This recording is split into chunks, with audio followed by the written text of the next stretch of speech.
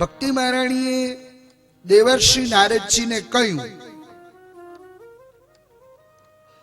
કે પરીક્ષિત મહારાજને ખબર હતી કે કળિયુગ ખરાબ છે, તો કળિયુગને રાખ્યો કેમ?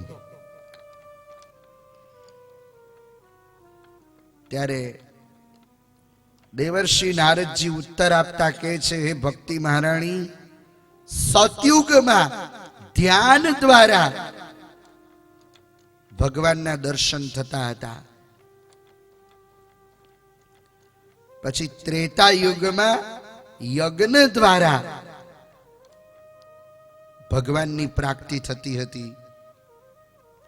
પછી દ્વાપર યુગમાં પૂજન અર્ચન દ્વારા, અને કળયુગમાં આ કઈ ન કરો તો કલૌ કેશવ કીર્તનાદ, કીર્તન દ્વારા ભગવાનના દર્શન થાય.